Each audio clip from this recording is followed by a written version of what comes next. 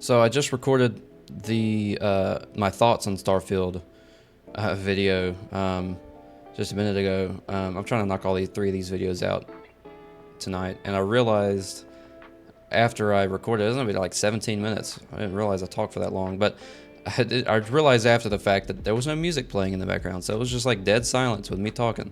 So I'm gonna fix that. Just kind of have something in the background. That's so it's not so boring, I guess. Not that's that important. I'm not re-recording 17 minutes of me talking just to put music over the background, and I'm not smart enough to edit in music in the background. I don't know how to do that. So, I'm too lazy to learn anyways. But I wanted to talk about my predictions. Anyways, I want to talk about my predictions for Starfield. I talked to the other video about my thoughts on Starfield. Now I want to talk about my predictions for the game and what I think is going to be in the game, what I don't think is going to be in the game. Maybe like some story stuff as well. And like the other video, I have my stuff written down on my phone to keep my thoughts in order. I'm not very good at doing these commentary type videos, just talking to myself, but I want to do this for future reference, so I can look back and see if I was right about any predictions or what I was more than likely going to be incredibly wrong about. So here we go. Let's see. I already said that. One thing that's a little concerning to me is the procedural generation, and I actually talked about this in my other video, so I'm not going to talk about it a ton here, but is the procedural generation. I think Todd Howard said it was 1,000 worlds, over 1,000 in the game, but only like 10% of them have life. And what that tells me is that, which still 10% of 1,000, that's 100 planets having life. It's still a lot of planets. What that tells me though is a vast majority of the planets are 100% procedurally generated. Like the landscape and the atmosphere and the lighting system they have, it's all procedurally generated, which isn't a bad thing at all. And then they have handcrafted content that is also procedurally generated and added in randomly.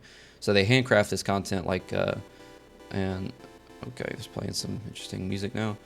They handcraft like the abandoned mining camp or whatever else, I don't know. Maybe people, maybe NPCs or something that get randomly put in. I'm gonna turn this down a little bit. They get like randomly put in, procedurally generated, put in somewhere. And that's concerning because I think that can get stale for people like me that are gonna put in a lot of hours into this game. I feel like by the time I finish my first playthrough and I explore, definitely not all the planets, I doubt I'll go to all of them, but a lot of them being the barren wasteland planets that are procedurally generated with procedurally generated points of interest as well. I feel like eventually I'm going to see all of those points of interest that are handcrafted but added in random places, by the game systems. I feel like it won't take that long before I've seen all of those points of interest. And so, maybe even in the first playthrough, I'm seeing, the abandoned mining camp again on a different planet. I've already seen I've already been to this location. I've already killed these enemies and looted this place, but it got generated somewhere else. Maybe there's fail safes to that, like this, like specific points of interest are only generated once per playthrough. Maybe, I don't really know, but we'll have to see. I could be entirely wrong about this, and the procedural generation is like really spot on, and it's just really awesome finding unique, hundreds or thousands of different unique points of interest they could add in. I just feel like, that's a little unrealistic. I feel like I'm gonna see them all, and it won't take too terribly long in the scope of things, grand scheme of things, to see them all. And so I'll start seeing them twice or maybe 3 times, and it's not as interesting as it was the first time. Like if I was to play Skyrim right now and go through Bleak Falls Barrow again, like I've been playing Skyrim for 12 years, I'll do Bleak Falls Barrow again, but it's not fun because I've done it hundreds of other times throughout the years. probably literally hundreds of times, because there's been lots of characters I start and play for like 3 hours and then like, it's okay. I don't feel like playing this character anymore. But pretty much all of them go through Big Falls Barrow. So you know what I mean? I feel like it could get stale pretty quickly with the procedural generation. So I'm a little worried about that. My prediction is that it's going to get stale. But that's only on those procedurally generated planets. Like he was saying, 10% of them have life, and I think that's kind of his way of saying 10% of them are handcrafted planets with specific locations, specific cities or towns or people that are going to be the same every single playthrough. And I think those are the planets where I'm going to be like the bread and butter. That's where I'm going to be spending most of my time and enjoying most of it. I'm not too interested in exploring a procedurally generated planet to gather resources for an outpost. You know, I'm not that interested in building outposts anyways. So anyways, that's one prediction. Or one concerning point that I had. Anyways, there was one interesting thing that hit me while I was watching the Starfield Direct, was when you use the grav drive on your ship to, like, you know, travel at the speed of light or whatever, warp space time, however it's going to be explained, to travel, you know, light years across the galaxy. I think game wise they're not going to make it to where like time passes in a significant sense, like traveling at the speed of light, you know, does weird thing to time. It changes time and bends time. So I don't think they would make it to where like, oh, if I am in New Atlantis or whatever and use my grav drive on the ship to jump 20 light years away and then come 20 light years back, it's going to be 40 years in the future. I don't think it's going to work that way. But it was just something interesting. I wonder if that's going to be addressed at all. Maybe like in a book in the game or something, people talk about it, or it's explained lore-wise. I don't really know. Now that song ended, it's playing something really quiet. I don't like this song. I'm going to play the next one. Whoa. Okay. Hopefully that's somewhat audible. Anyways, I just wonder, like, I don't think they would make it to where it like passes time that way to use the grav drive. But I wonder if there's going to be some kind of explanation as to why it doesn't make time go forward. You know, you jump 20 light years away and then come 20 light years back, and it's like the same day or whatever, or maybe a couple days later. I don't know. I wonder if that's going to be explained upon, or if it's just like, hey, you know, it's a video game. It's not supposed to be 100% real to like real life science. Obviously, they use a lot of real life scientific data and NASA research and whatnot, like, and stuff like that, to craft the game and how it feels. But you know, I don't think they would touch on like time passing in a significant sense, anyways. The story of the game, I'm trying not to think of too much because I don't want to ruin it for myself. I'm not very good. I'm not very smart at figuring out the story before I experience it anyways. Like watching a movie and stuff, I know people that'll watch a movie and will guess like, oh, he's the killer or whatever. No, I don't really do that. My brain just doesn't automatically go there. But if I have to intentionally think about what the story of the game may be, I think it's already hinted at pretty well. You're with Constellation and you're finding the like artifacts or whatever. I think the story is you're going to be looking for those artifacts, and I think they're tied in with the powers that were shown at the end of the Starfield Direct, where you have like Star Wars Force, you know, powers and telekinesis or whatever, however that's going to be explained. I think the more artifacts that you find in the main quest line, your powers for that kind of force, whatever it's going to be called. I'm just calling it the Force from Star Wars, or magic or whatever. I think your powers are going to like increase, and you're going to get more abilities maybe or something like that the more artifacts you find.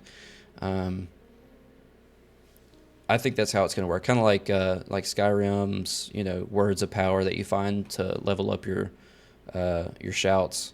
You know, you do some of the main quest line, and you get more words of power for like, unrelenting force and whirlwind sprint, things like that. I think that's kind of how it's going to work with that force abilities that they were showing. I think they're going to be tied into those artifacts, and but also speaking of the the storyline, I think at the end there's going to be some kind of twist. Someone was saying like maybe the businessman that finances Constellation, Walter, I think his name was. Maybe the businessman turns out to be like, he's not really doing it for Constellation, not really financing them for exploration. He's got his own kind of uh, hidden agenda. Maybe he wants those artifacts and he's financing the group to go find them, and then once we find them all, he's going to steal them or something like that. I don't know. But I started people like try to predict that Walter will end up being evil somehow. I don't really think so. I think he's going to be fine. I think it's going to be overwhelmingly obvious whoever the bad guys are. Maybe people trying to steal the artifacts or get them from y'all. Or from Constellation or whatever. I don't know. But I think at the end there will be some kind of twist.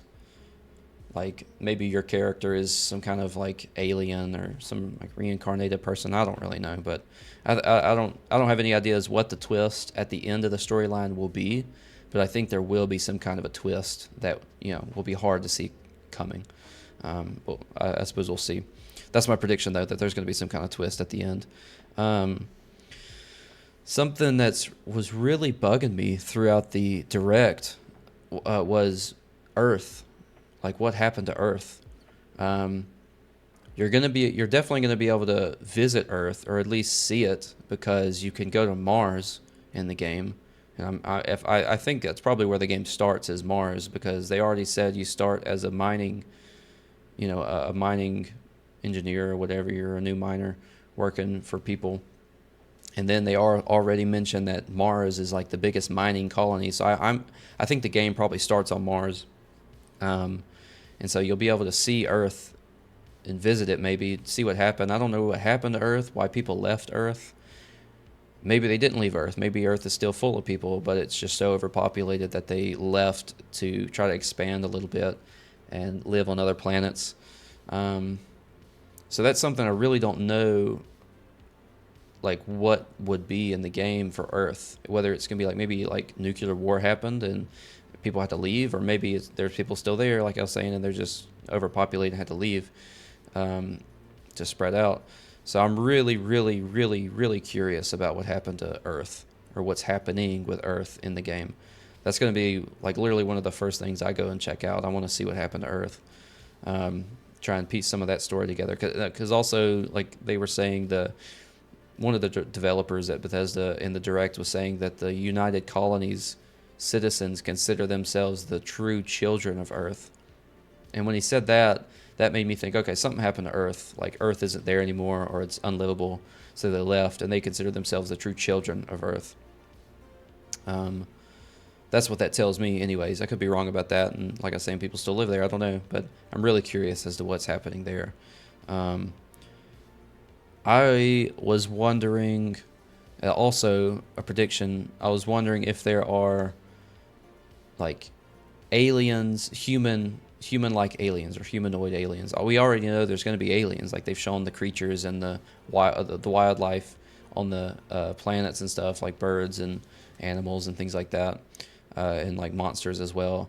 But I wonder if there's any human-like aliens. Maybe that's the twist at the end of the story, that there are some kind of other intelligent race of humanoid aliens or whatever that are building the artifacts or have built the artifacts. Maybe they're extinct or something. I don't know. But I wonder if you're going to be able to see them. And one thing that might tie into that and might not tie into that is they were showing some of the like evil factions in the game, and there was something serpent, something. I don't remember what it was called, but it played a voice of a woman talking, probably to the main character, but it played it over some cinematic stuff they were showing for the direct, and she was talking like a snake. Like she had a bunch of S's like at the end of her words and stuff like that. She was talking like a snake. I wonder if that's a humanoid alien, and that's like some kind of serpent people or something. I don't know, or if they're just weird, bandits or something that think it's cool to talk like that. I don't know, like the whatever it was called in Harry Potter when Harry Potter was talking in that snake language or whatever. Kind of sound like that, maybe. Maybe there are serpent people, like alien serpent people, or maybe it's just some weirdo bandit group that talks like that because they think it's cool. I don't know. But if there are humanoid aliens, maybe it ties into those serpent people talking like that. I don't know.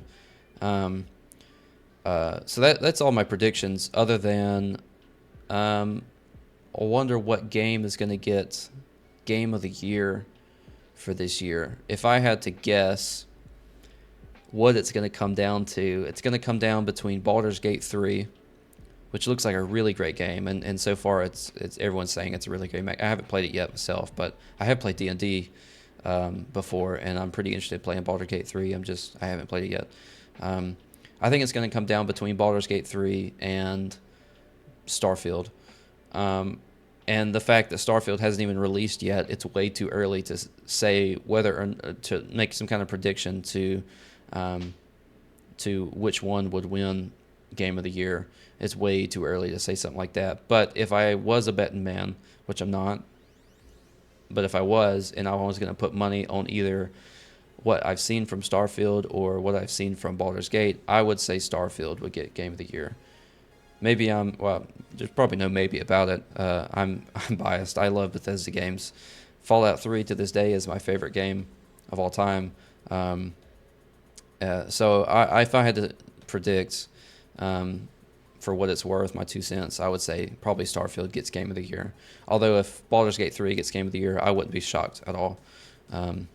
So, yeah, I suppose we'll see. I'm pretty interested in seeing how those Game Awards goes whenever they hold those for Game of the Year. I'll be watching for sure to see what wins. So that was all the predictions that I had for Starfield. So if you watch this video, thanks for watching. This wasn't really meant to be watched by other people, just meant to be watched by me in the future to see if my predictions were true, if I'm just a blathering idiot. So, but if you did watch, thank you for watching. I appreciate you. See ya.